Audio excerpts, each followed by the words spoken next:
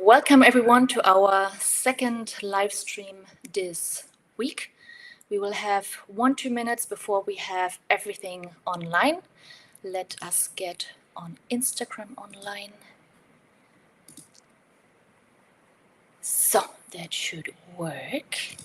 So while I will introduce the faces that you can see below me, Kate will double check that we are going live on all the platforms. So we might have a little bit of a feedback in the beginning, but I would like to introduce everyone, and starting with Kate. So Kate is working with us since several years now.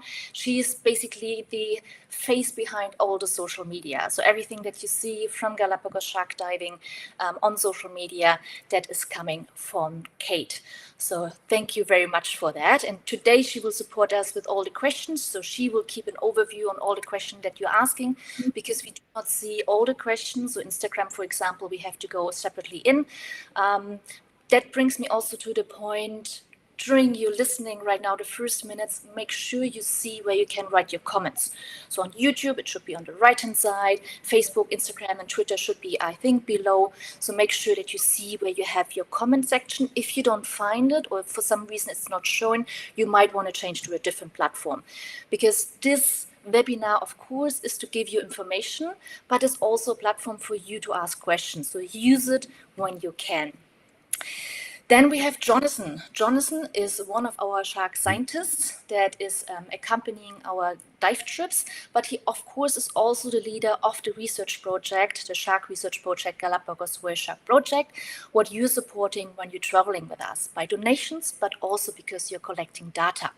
So Jonathan is not only the leader of the science program, but also is guiding since 30 years in the Galapagos. And what a better resource to have for a call like that when we're talking about the best dive sites. And then we have two faces that are joining us today. It's Jean and Maria that traveled several times already with us. In case for Maria, she traveled last season with us to the Galapagos, and Jean traveled already 4 times to the Galapagos Islands, and is a very good resource to talk a little bit about the different dive sites when we have questions about it, the impressions that are coming from them. So before our talk, we will mute everyone, so you will see all of them after our talk with some tips, some insights of their experiences before we move on. Kate, everywhere online? Twitter? All 4 sites online, yeah. We are all set. Good. Then first, thank you, Maria, Jonathan, and Jean for joining. We will mute you for a few minutes until we have the presentation done, and then we want to know what your favorite dive site is. So let's see. So then let's start sharing my screen.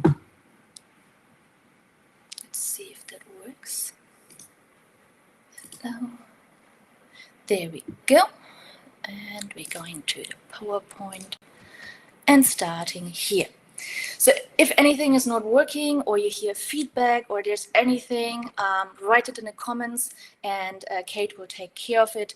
She also can always switch in and let me know. So today we're talking about the Galapagos Islands. The Galapagos Islands, as you saw when you joined us yesterday already, is very unique, especially in certain months of the year. We have different currents coming in, where you have a lot of nutrients, a lot of food in the water, and where it's just an explosion of life. The Galapagos Islands, I think, is one of the most places where you have the most variety of different animal species that you can see, because as we explained yesterday, the different currents creating kind of different biogeographical areas. So you have a place with colder water where you see penguins and marine iguanas. You have warmer waters where you can see whale sharks and hammerheads and giant manta rays and so many different species. And through the fact there's a lot of food in the water between June and October, the number of animals that we can see in the Galapagos is just mind-blowing. It is a national park, so it's protected on land, but it's also protected, so it's a marine park underwater. So we have protection around the Galapagos Islands, where the animals within this area are protected. But as you know, there are no borders, so animals can swim freely, but you can see and you can feel how vibrant the life in a marine park is and how pristine it still is. Today, on this presentation, we will talk a little bit more about different dive spots that we will have in the Galapagos and which one we believe are the best. So, the Galapagos Islands, so we have the world up here. As you see, we have South America here, and on the western side, we have a tiny island called Ecuador. And 1,000 kilometers, roughly 600 miles in front of the coastline of Ecuador, you have the Galapagos Islands, which are existing out of different islands, islets, and rocks. You have 4 inhabited islands, but you see already here how much it is an archipelago. And we have around 127 islands, islets, and rocks in the Galapagos. That is a little bit zoomed in. Also, it's not in real, because you can see little islands like Darwin are obviously not as close to the main islands. So it's much, much wider. When we go one slide back, you see it's a very, very big area where the islands are. That are the dive sites that we will focus on today. That are not all the dive sites that are in the Galapagos, because there are, of course, a lot of more dive sites. But we wanted to focus a little bit more of the highlights, because if we're talking about all the dive places, we probably would need much, much more than just an hour. So that are the dive sites we believe are the most interesting ones. We did not choose many for day diving. So I have a couple of places where we can do day diving, but if you come into the Galapagos and you're making all the way, explore it by liveaboard, because you can go to areas that are just very, very remote, including Darwin, where just a single sailing going up to the islands from Santa Cruz would take you 24, 26 hours one way. So that's the reason it's not possible to do it, obviously, in a day tour, but it's definitely worth it. So let's start with the first one, North Timor. I wrote why it's special. It's a perfect start because most of the liveaboards have North Timor as a good start. If you're looking at it as a day diving spot, it's also available for day diving. And it's a very good chances to see hammerheads and eagle rays from the day dive spots that you can select. What do we see very often there? And the picture, I think, is very representative for it. You see a lot of fish, different, you have parrotfish, you have surgeonfish, you have a lot of schooling fish that is basically over the sandy bottom. So in North Timor, you have where we dive most often very sandy bottom, not very deep, so it's quite safe to dive there, and a lot of volcanic formations when you go further on. There can be stronger currents, but usually in the area where we dive, it's quite protected.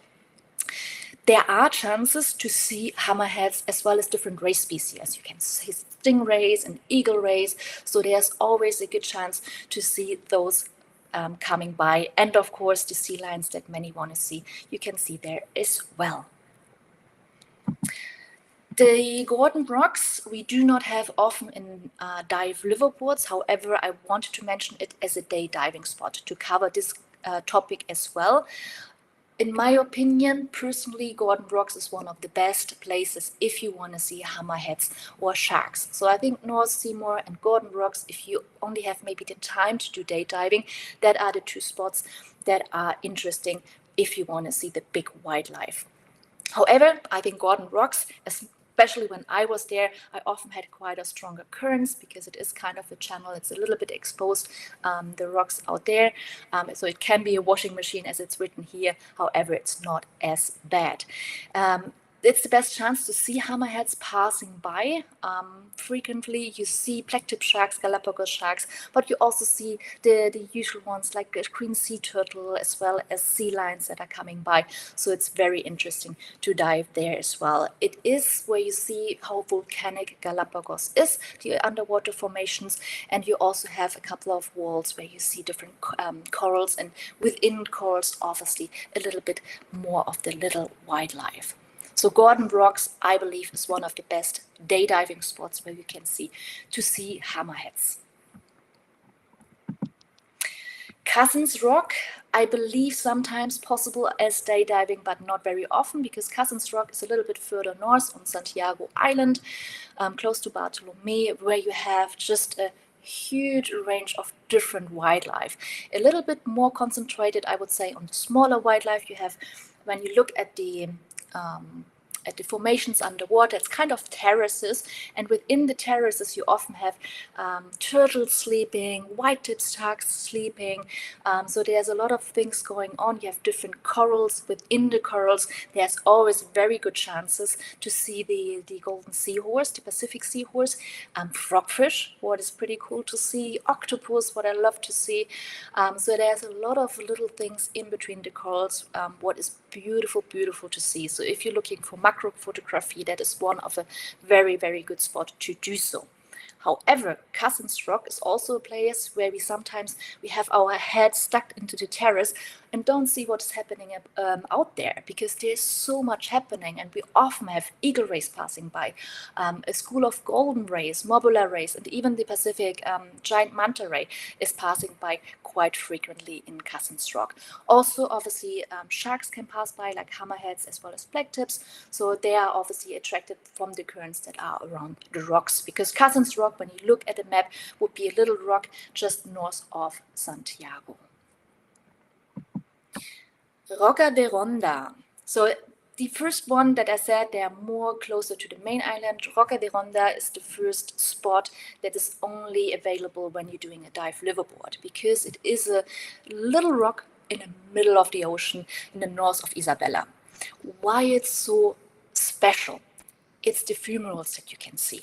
As you might know, Galapagos is volcanic origin, and Galapagos is active, and Roca de Ronda is one of the places where you can see it, where you suddenly have bubbles coming out of the bottom, and you actually see how active Galapagos is. So it's really, really impressive to see, to feel the power of nature, I would say. But it's also obviously a place where you have a lot of nutrients, so you can see basically everything, not only the dramatic volcanic landscape, but also in terms of species. So you can see the hammerheads, you can see the odd whale shark passing by, you can see eagle rays, you see often big schools of fish passing by. So there's a lot of things going on. You have sea lions coming by, so there's never anything boring underwater. However, it is quite exposed because it's in the middle of the ocean, so it can be very strong currents also in Roca de Ronda. But for me, the most special thing is just to see the fumaroles coming out of the bottom and to see how active Galapagos is. And to show you, because it's hard to have it in pictures, and I realized yesterday when I made the presentation that I didn't really have a good photo of the fumaroles, I decided to add videos today. So let's see if that plays. Might take a little bit. Hopefully it does. Yeah. I hope it's not too loud. I didn't add any music, but I think this video doesn't need any music. You see the bubbles coming out, you see all the surgeonfish going by. It's quite impressive. When you, realize it's a volcano, right? So you see how it's everywhere coming out, the divers. Yeah. So then let's move on. Cape Marshall. Cape Marshall is manta ray heaven. The giant manta rays in the Galapagos Islands they can get up to 7 meters wingspans from one tip to the other, and are just giant, gentle giants, I would call it. They are attracted by the plankton-rich waters that are around Isabela. So Cape Marshall is located on the eastern side of Isabela, a little bit further north. And you have, of course, the highlight are the manta rays, but you often have other ray species coming by. You have hammerheads coming by, white-tip sharks, you have green sea turtles coming by. So you have a lot of things going on. But what I also like about this place is the topography. So you have really nice kind of a terrace landscape where you have a lot of corals, you have rocky ledges, you have a lot of fish within all of those rocks. So the biodiversity that you can see in Cape Marshall is very interesting, because you have kind of mixed tropical fish, and then you have the big manta rays, you have sea lions that sometimes come by and play with you. So there's a lot of things going on. You have fur seals sometimes that you can see. Sometimes there's a possibility to go in a little lagoon where you have little fur seals, very curious, looking their big eyes at you. So there's a lot of things going on, but the highlight definitely of Cape Marshall is, of course, the manta rays. I do have one video. Let's see if that plays.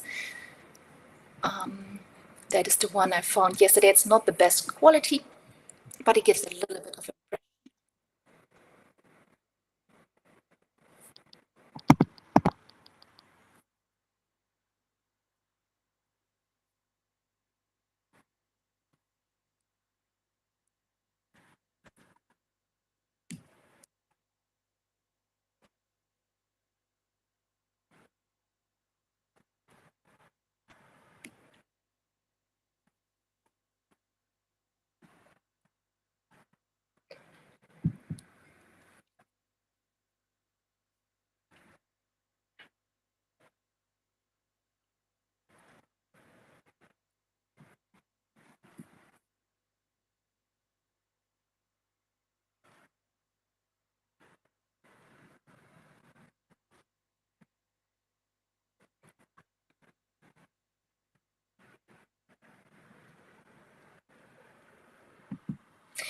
Yeah, so they're flying basically by, what is really, really beautiful when you have this encounter.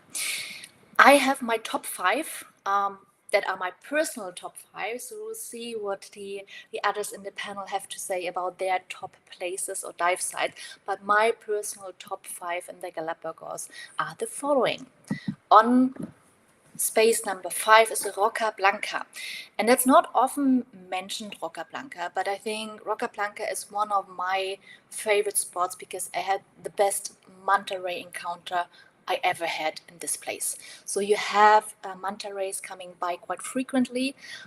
We were lucky one time where we had them really barrel rolling the whole dive, what is just incredible. You have often chances to see bait balls. So a huge group of salamas just together. I think yesterday I had a good photo of it in my presentation.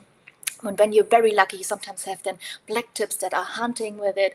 It's just, it's such a place where everything can happen and nothing, right? So it's a rock in the middle of the archipelagos. It's basically between Isabella and Santa Cruz. So it's one rock sticking out, and there is so much wildlife. It can be currents there because it is obviously exposed, but the manta encounters that I personally had there made it to one of my favorite spots. You do have sharks passing by, hammerheads, white-tip.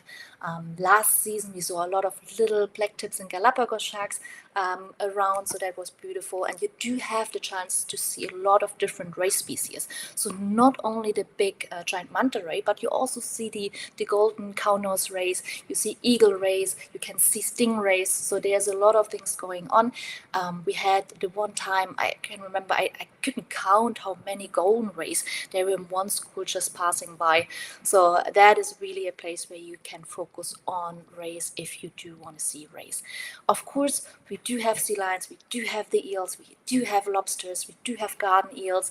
The sea lions, if you remember the photo yesterday that I had where the basically sea lion popped nearly their head into the camera, was in Roca Blanca. So they sometimes really are very playful and interact actually with the divers, sometimes, blowing bubbles like the divers. So it's very funny to watch. So that is one of my favorite places. Place number 4, of course, is Punta Vicente Roca. Punta Vicente Roca is one of those places who is what I think is totally different to the other dive places that we are going. So when you're going down in Punta Vicente Roca, there is a wall, and this wall is just covered in invertebrates, so in corals. So if you love macro photography, that is heaven for you. So you have really a whole wall covered, and you probably could just spend one whole dive just on that wall.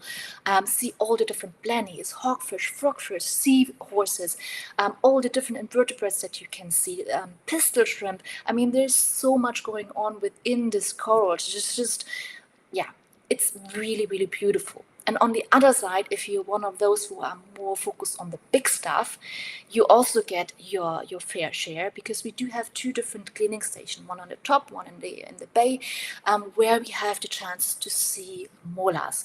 So in Galapagos, we have the species Mola alexandrini, and the sunfish, as you know, is the biggest bonefish that is existing. And they're just so bizarre how they're swimming with their fins. And the good thing is when they're usually very shy. But when they're in a cleaning station, they are not often as bothered by divers as usual. So you can have a closer look if they decide to interact. And in this photo, for example, we did our safety stop. We wasn't expecting to see another molar, and we had two just coming through the group. So they were really not shy at all. So that was very nice, this encounter. And of course you do have green sea turtles. So you have a lot of green sea turtles already in their bay where we are diving, and there's another bay where there are just so many green sea turtles. And you need to realize that green sea turtles are endangered worldwide, and to have this luxury to have so many green sea turtles in one area is quite unique. You also have obviously the marine iguanas. You have the chances to see penguins, the Galapagos penguins, and the area, I would say, between Punta Vicente Roca and Cape Douglas that we will talk about. This stretch of ocean is one of the places where I had the most whale encounters, where you can see very often whales, because it is very rich in nutrition. You have the Cromwell current bringing nutrients up to the surface, so there are good chances to see whales as well as orcas in this area. There's one video from last season. I didn't add any music yet. So you see the cleaning station there. You have 4 different animals, as you can see. And they're getting cleaned. And then when they're getting cleaned or finished, they come not usually that close. So it was very special. And you see, we are not moving. We're just waiting as a group. And the animals have the chance to interact or even or not interact. But this one decided to do so.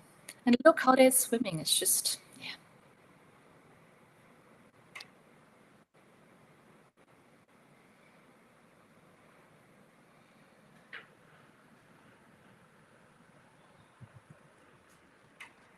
Oh.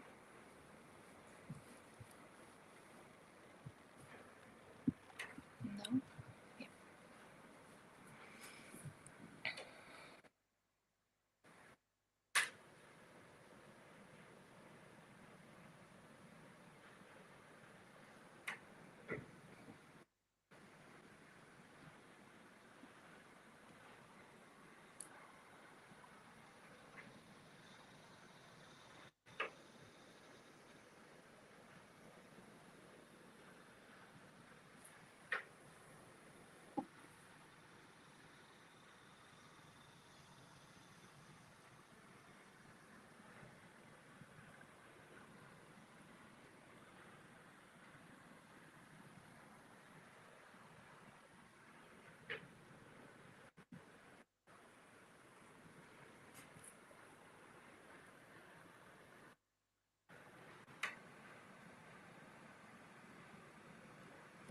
Yes, you saw we just were hanging there and were enjoying them swimming by.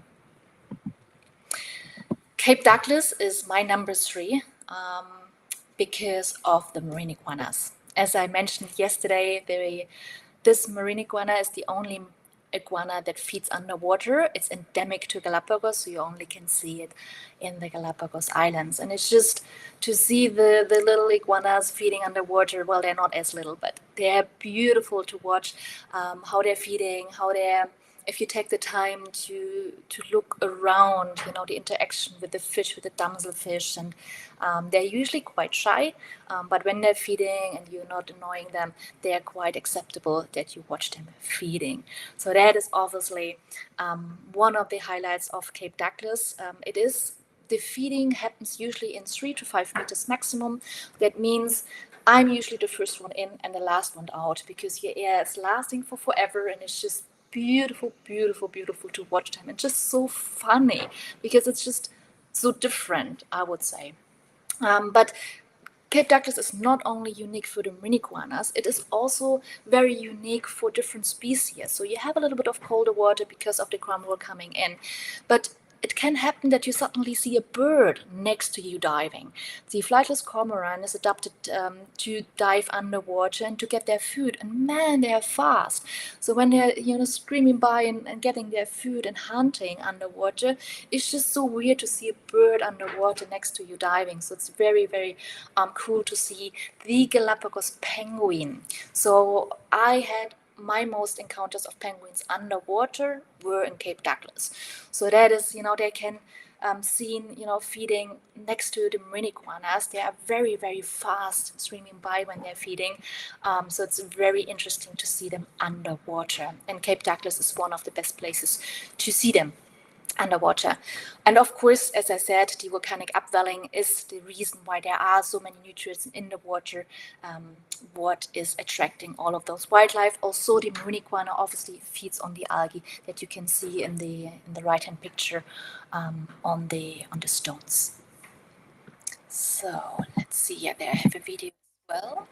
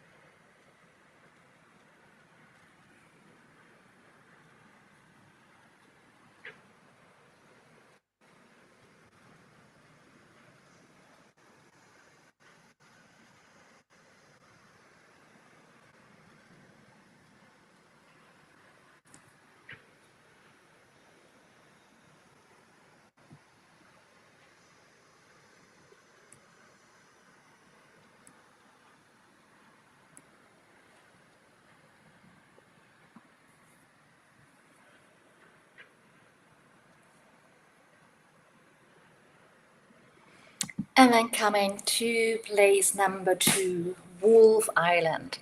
Of course, it is shark paradise. So that is on the right hand side, you see the picture. That is obviously what everyone wants to see when they're coming to the Galapagos Islands. And Wolf is one of those places where you have the chances to do so and to see them. So especially in the months June to October, you do have the big or the larger schools that you have coming through in the Galapagos Islands.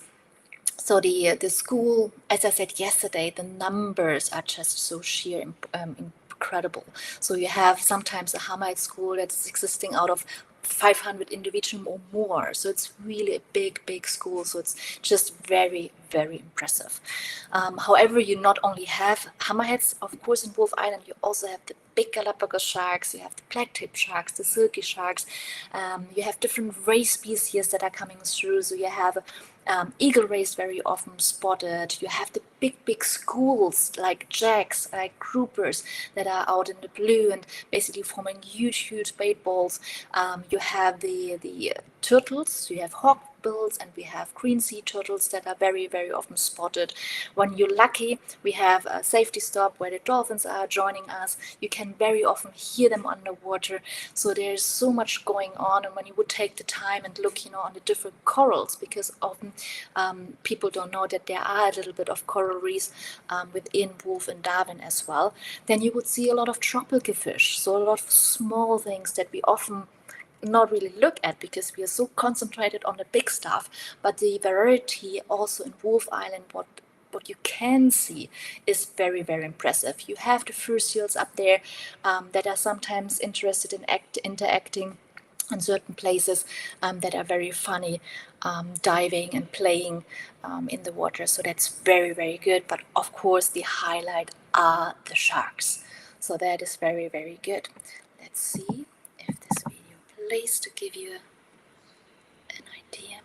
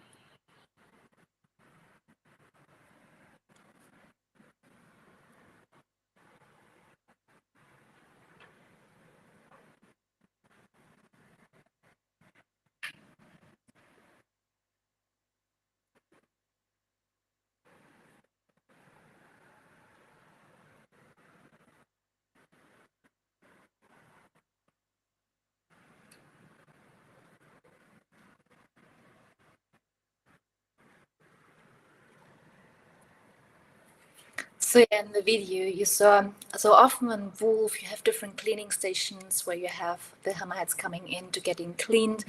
But I think my favorite moment within Wolf was or is when you're sometimes lucky and you go out for your safety stop and the group is very calm and everyone is just enjoying themselves, and you have suddenly a school of hammerheads just passing, and then you suddenly within the group, so you have hammerheads above you, below you, left, right. You saw it in the video where we were just in the middle of the hammerheads and they were just not bothered. And this feeling what you have when you're just in the middle of them is just, it's so magical. And I think that is my favorite moments when it's possible, and often you don't know if you can time it well, that you have this experience. But that is one of those experiences I had in Wolf that is just mind-blowing. And coming to my number one, and it's not hard to guess, of course, is Darwin's Arch. It is still called Darwin's Arch because that's the name of the dive site. Also, it's not an arch anymore, but it didn't change anything below the water because it is as beautiful as it was the years before. It is just vibrant of life. So you have so many fish. I mean, you see it a little bit in the picture, the whole Creole fish that are the whole time in the water, all the little fish that are around. But of course, the highlights are the sharks. So you have the best chances to see whale sharks in Darwin's Arch. Best time is June to October, as we said, due to the currents and the temperature of the water, etc. whale sharks are passing by, and we're talking not about the juvenile whale sharks, we're talking about the adult whale sharks, and they're just huge. When you have a 12-meter shark just swimming next to you, I mean, it's bigger than a school bus. It's just such a feeling when this shark looks with their little eyes at you, swims along you, and it's just so majestic, I would say. So it's really, really beautiful encounter. Of course, you have the chances to see the big schools of hammerheads. You have Galapagos sharks there, you have silky sharks there, blacktip sharks there. So every shark species is around there, and you can see we have often tiger sharks that we see in the past year quite frequently up in Darwin, as well as a wolf. So that is also a shark that is seen more frequently the last years up in the Northern Islands. But that is not all. You often have dolphins. When we're doing our safety stop out in the ocean in the blue, we sometimes have silky sharks coming around. We have dolphins coming around. Sometimes they are curious and come up to you. We did have whale encounters up in Darwin. And you, of course, have not only the big stuff like, eagle rays and sharks and whale sharks. You also have the small stuff, not only in the blue like the creole fish that you see in the photo, but if you would turn around and swim towards a little bit more the corals, you suddenly have a lot of tropical fish. You have a lot of sea turtles, the green sea turtles, hawkbills. You have rays. You have little fish. So it's a lot of things going on. So in Darwin, you always can do something, and it's always a dive what is very, very impressive. So Darwin is one of those places that are still magical for me. I dived very, very often. I think at least three-quarter of my whole dives are up in Darwin. It feels like home when I'm coming back, but it is one of those places. Of course, like everywhere, you can have bad days where you don't have as much wildlife, but if you have a normal day and you just feel the life, the vibrant of the life in Galapagos. So let me show you one video of whale shark, what obviously is the main attraction. I came for the hammerheads, but I did definitely fall in love with whale sharks coming to Darwin's Arch. So that's usually how we see the whale sharks, coming through a big school of jacks, and then you see a shadow, and suddenly, a 12-meter shark is right next to you. They're very, very invisible at the beginning, and then they're suddenly there. You see the little eye looking at you, and then it just swims by.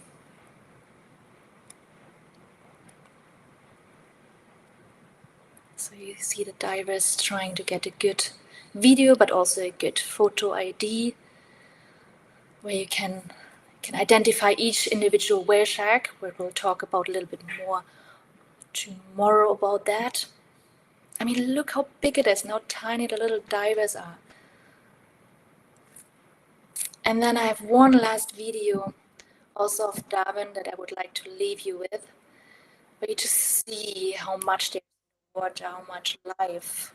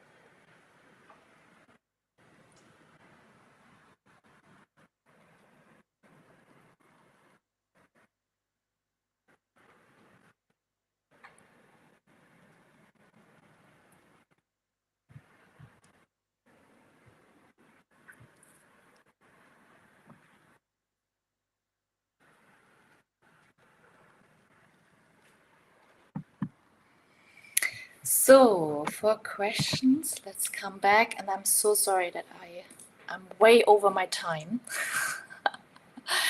Let's get everyone back. So first, thanks for listening. But I now would also like to ask our guests, Jean and Maria, maybe starting with Maria, what was or what is your favorite dive site of the Galapagos, and why? Hey guys, can you hear me? Can you hear me? Yeah. Thank you so much for a beautiful presentation. I almost started crying seeing those videos. Um, all the spots that you mentioned, I'm not going to be boring. Those were my favorite, definitely. Like top. I will just start from, from the other side, from the other order, going in a different order.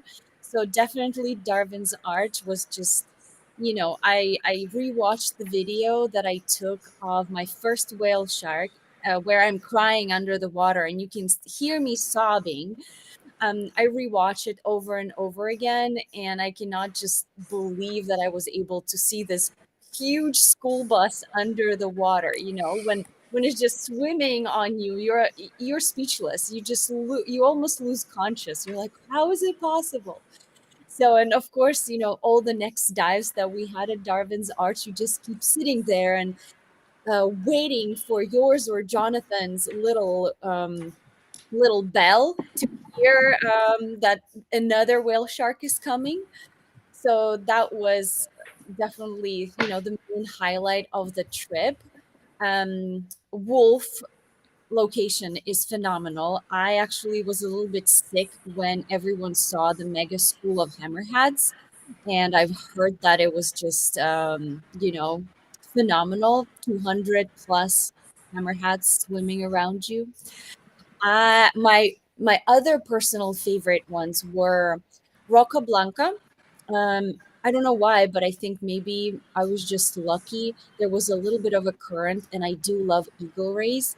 And there was this beautiful, maybe family of 7, and they were swimming in this triangle. And I was just sitting and holding a rock, and then the current brought them on me. So I think the mother, or like the big female, almost like touched me with her beautiful wing, and I was just sitting there. I'm like, oh my god, she just touched me. So yeah, that was amazing. And also I had some great encounters of hammerheads also at Roca Blanca.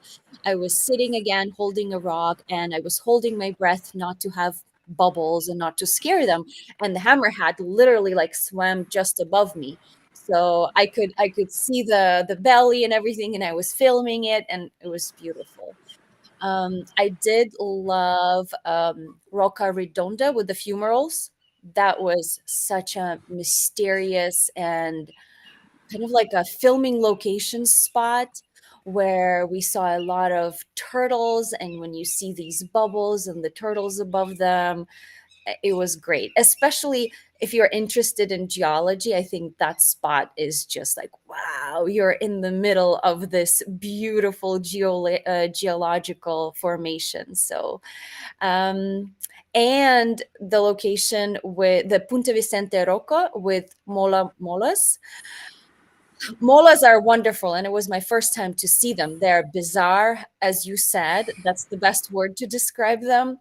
But also that wall that is endless and that has so many apartments where you can see all these creatures and, beautiful little fishies. And I was calling it an apartment complex just because every little spot had so many different things going on. So it was great. If whoever is watching us, if you guys are still considering joining this trip, you definitely should, because it will be the highlight of your life. Thank you so much, Maria. Thank you. And Jean, what were your highlights or highlight of your 4 times that you have been to Galapagos now? This is a really hard question to answer on a lot of levels. First of all, let me say that all the videos that Jenny showed, I've got similar of my own videos, almost identical to those, and not just once, but multiple times. So those are normal experiences that I've had in the 4 years that I've dived there. It's not every dive is that way. Not every dive has hundreds of hammerheads going around you, but it's not unusual to see that. Now, having said that, my favorite spots were very much like Jenny's. Without question, Darwin is the favorite for all the reasons she said. And the only thing I'd add to everything she said there was that when you are waiting for the whale sharks, if you take a little time to look around you on the rocks and that, you'll see a lot of stuff right there. And you have to be careful not to get distracted with all the stuff that's around you, because you want to make sure you get a good jump on swimming toward a whale shark when they're spotted, because when they're spotted, you got to move fast. And for example, on the rocks, it's not unusual in a dive to see a half a dozen moray eels just laying on the rocks.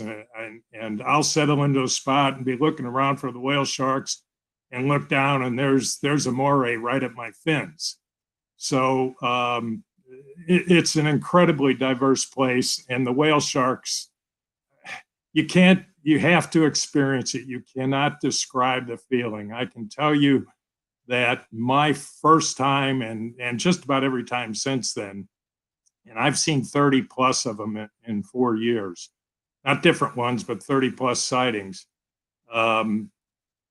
It's emotionally overwhelming for me when I'm next to them, and not overwhelming in a bad way, in a great way. The emotions are unbelievably positive, uplifting, exciting, exhilarating. It's you just, until you experience it firsthand, you really can't understand what I'm saying.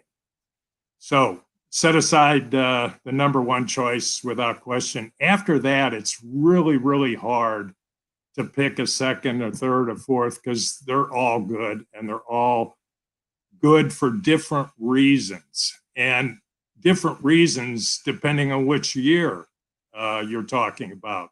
So if you ask me what my favorite sites were 2 years ago or in 2022, I would have given you a different answer than last year. But if I had to categorize, Wolf would be my second because of the, but second place is really three locations: Wolf, Punta Vicente, and Cape Douglas. Those are so close, it's hard for me to classify them as 2, 3, and 4. But Wolf, with all the sharks, as Jenny talked about, the activity there is just amazing.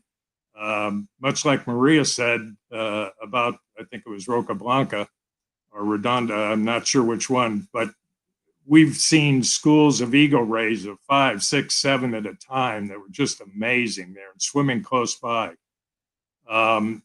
Vicente Roca last year, the video that Jenny showed of the sunfish, the molas, had a similar experience. 5 of them around a cleaning station. I have a 6-minute video of them. That's how long we were able to stay there and watch. Of course, Cape Doug. The other thing about Vicente is that there are, when you get away or nearby there, I'm not sure exactly how close the proximity is, but away from the wall that Maria talked about into the sandy areas. Last year we saw a dozen red-lip batfish out in the sandy areas, moving around, very active, very energetic, and a lot of fun to spend some time with. And then, of course, the marine iguana dive, that's just amazing. And it's pretty consistent from year to year. The thing I would add there to the video you saw is it's not unusual to have turtles come swimming through, sea lions.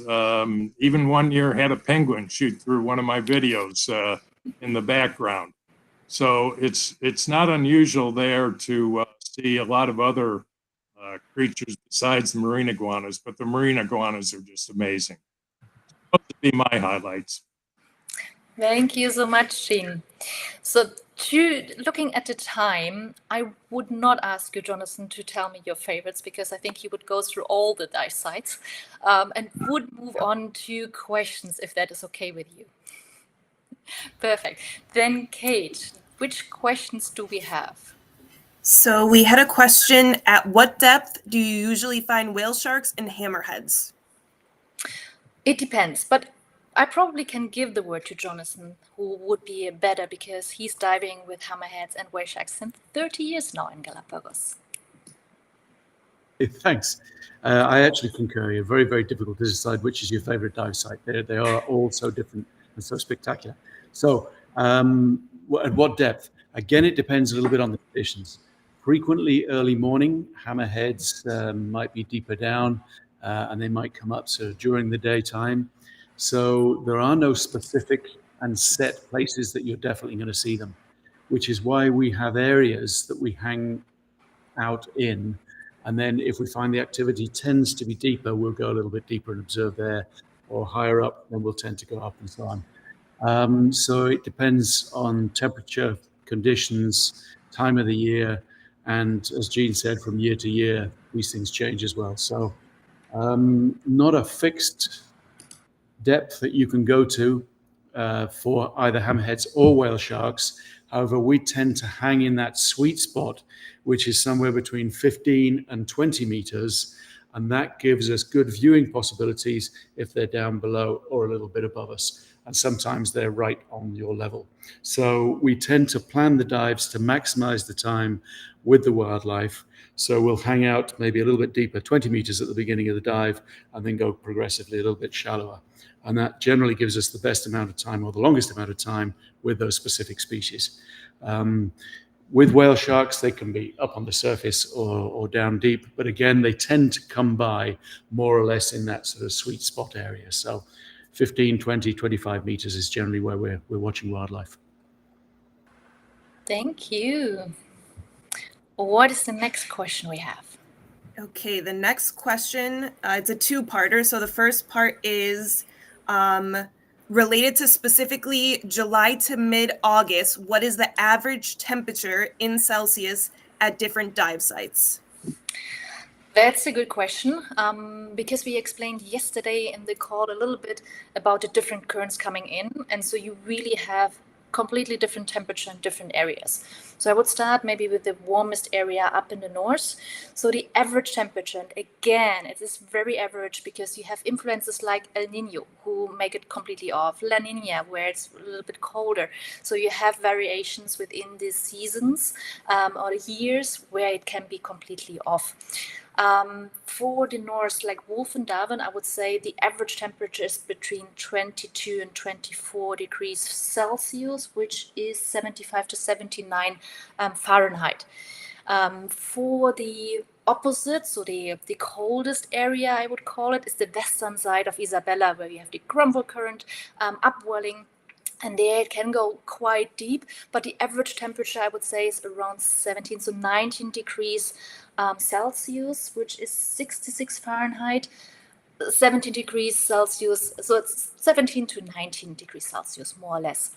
And then the main islands where we're going, like where we had the Roca Blanca, Cape Marshall, Cousins Rock, so everything that is basically located around Santa Cruz on the main islands, I would say the average temperature is around 20 degrees Celsius, which is 68 Fahrenheit. So you see, it is variation, but it's also variation from one week to the other. So depending on, yesterday I showed a nice chart with the sea surface temperature. Right now we have a lot of warm water pushing in, what is not very usual. So suddenly, Darwin can be 26 degrees Celsius when it's an average of 22 usually. So you see there's a lot of variation. And then the second part of that person's question was, for the 2-week trip, what is like the split between the cooler and the warmer dive sites? The 15 as well as the 8-day trip the main part is in warmer areas. So for the 15-day trip, it's 7 days up in Wolf and Darwin, where you have the warmer waters. The influence from the Panama current is stronger. So we spend 7 days just up there in this area. We have two or 3 days in the cold area where we have different dives and different experiences where we have a little bit colder, and the rest of the dives we are spending on the main islands. So the main part is in the warm islands, and the same is with the 8-day trip. So you spend 3 days up in Wolf and Darwin, so it's the main part of the week is also up in warmer waters. And a question that just came in. Is there also a temperature difference depending on the depth? Yes, so we do have thermoclines in the Galapagos Islands, and it depends where it is. Again, all the different dive spots that I just said, or I would say areas where you have different currents coming in, you have different influences. So very often we do have on the western side of the Isabella the thermocline, where you have very murky water above, and then you come down and it's very, very cold but very, very clear water. So yeah, we do have thermoclines, and where the depth is also changing. We don't have it very often. Well, it's not right. I wanted to say not very often in the north, but there it's also there. It also depends a little bit on the currents coming in. So yeah, we do have variations with the depth. Anything to add, Jonathan, for that? Covers it pretty well. The temperatures can vary enormously in a period of 24, 48 hours. If you look at the information like the sea surface temperature map that you showed yesterday, which you can find these online at sites with NOAA, for example, you'll see that the equatorial front going over Galapagos creates this kind of swirling up and down. You can see that actually they're going around almost in circles like this, like scorpion tails. And as those move through Galapagos, they can bring in warmer water, which can affect all the way through. So this is a band of water which may be 100 kilometers wide, and it may move southwards or northwards, just depending on the seasonal variation, but also within each one of the seasons. So temperatures vary a great deal, and your thermoclines can be very variable as well. I think the greatest one that I actually felt was up in Darwin, and we had 24 or 25 degrees Celsius on the surface, and at 25 meters we had 14 degrees. So it was a 10-degree difference Celsius from the top to the bottom. So you can have some very, very big differentials, which is what, of course, creates the fascinating diversity in Galapagos. So that's part and parcel of the experience. Thank you very much. Do you have any more questions? I did see one more just came in. How does the moon phase affect the amount of sharks on a dive site? Is the full moon the best time? Thank you. Well, it depends, and I will give this question probably to Jonathan as well. It's very hard. So we think there is a definitely relationship with it, but it's very hard to tell what is the best time, because we would have to do studies to actually see how a full moon, for example, influences hammerhead sharks or different shark species. But I would give it to the shark scientist and give you the word, Jonathan. Okay. I mean, some of this sort of sounds a little bit like witchcraftery, but it's not. The lunar cycle affects the marine environment to a very, very large degree. We know that the tides are pulled around the globe by the moons, full moon being the spring tides, the greatest sort of maximum of tidal movement during those periods. It also affects, as does the solar radiation, the vertical movement of plankton up and down through the water. So visibility is sometimes a little bit lower around full moon, because you have a tendency to have stronger plankton blooms at that time. Wildlife may be reacting to a certain extent also, and so their movement vertically as well. So long story short, a lot of the wildlife has a tendency to go a little bit deeper during the full moon, but again, it's not absolutely hard and fast. Will you see wildlife during full moon? Yes, you will. So I would say that's not necessarily a factor that you should look at when you're planning your dive trip, but it may affect your experience. Not necessarily Thank you. badly. Thanks, Jonathan. What else and questions do we have? I think yeah. One more question. I think you already touched on it, but maybe you could just go over it one more time. Is it possible to do day diving in Wolf and Darwin? Yep, no, it is not possible. So the one way to just go from Santa Cruz, where you would enter the boat, up to Wolf and Darwin is 24 to 26 hours. So physically, it's not even impossible to get up in a day, dive there, and come back. So no, it's just not possible to go places like Wolf and Darwin, as well as on the western side of Isabella. All of those dive spots are not possible by day diving because it's sheer too far away. So the minimum days of diving that you have to calculate is 8 days. So the dive liveaboards in the Galapagos Islands start at 8 days, because that is a reasonable amount to touch on basically the highlights that you can see in Galapagos, but still, have when you're going up, you make stop on different places. When you're coming down, you make stop. So it's kind of a balanced itinerary, and that's the reason why all the ships have a minimum itinerary of 8 days and some longer trips. Any other questions? And then there's one more that came, which I think you also touched on, is which dive site is the best for macro diving? If people really like the small stuff, nudie, bronx and things like that. Okay. Also that it depends. So each dive site has probably a lot of things for macro to offer, but we touched on the different places where we went. For me personally, it's definitely Punta Vicente Roca, which the wall is just insane what you can see in there. But you also have places like Cousins Rock, for example. You have places even in Wolf and Darwin. When you're going there into the corals, it's just impressive what you can see in terms of macro photography. But yeah, if I were to have to pick one or two, I think Punta Vicente Roca and Cousin would be my choices of perfect macro photography. Jonathan, do you have a couple of places to add? I think just about any site that you go to, Fernandina as well, on the deeper areas of Cape Douglas, for example, you've got an amazing invertebrate wall. Generally, where the waters are colder, you'll have better invertebrate life. But what I try to do as a photographer is with low light conditions. So, for example, we're doing a dive early morning, somewhere like Cousins Rock, I'll go macro on the first dive and wide angle on the second dive, just taking advantage of the different light conditions. So almost every single site offers you both of those options. Obviously, when you get up to Wolf and Darwin, the focus is almost always going to be on the big life. But all of the other places, especially the western side of Isabella and Fernandina, have amazing macro photography opportunities. Thank you very much. Which other questions we have? We don't want to overdo the 1 hour in terms of timing, but we want to make sure that at least we answer all your questions. That is all I have seen come in at this time, unless anyone else that is live right now wants to ask any last minute questions.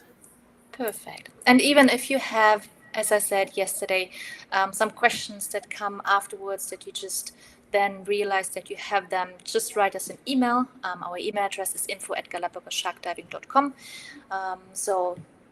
But you can obviously still ask questions.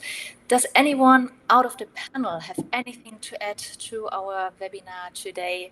Some final words if you like. No? Yeah, Marias? I think the program is done in such a beautiful way that even if you are getting, a little bit of tired from diving, because especially if you're on a 15-day trip, there are so many opportunities for hikes and exploring. I forgot the name, maybe Rabida, where we saw a lot of flamingos. Yeah. So, the program is phenomenal, and you will get a chance, to see birds, to see so much other wildlife, that it is just super well balanced. So you will enjoy every day to the fullest. Thank you very much. Okay. And with that, I would leave it. So as I said, if there are any more questions, just write us. Tomorrow we will have the topic citizen science. So we will talk a little bit about what you as a diver can do to support science when you on a liveaboard like in Galapagos, but also on a different liveaboard and when you're just diving. So there are many programs that are worth looking at. That is tomorrow. On Saturday, we will talk a little bit more about how to prepare the best for a dive liveaboard. And on Sunday, we will talk much more in detail about the research project, the Galapagos Whale Shark project, and their updates, as they are now in the final stages of getting ready for this year's field expedition. So many more informations to come there.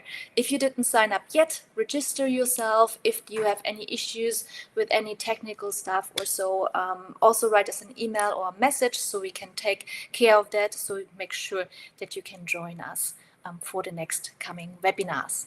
I thank everyone who joined us on the host side, everyone who's listened to us, and wish you a very nice day. Thank you very much.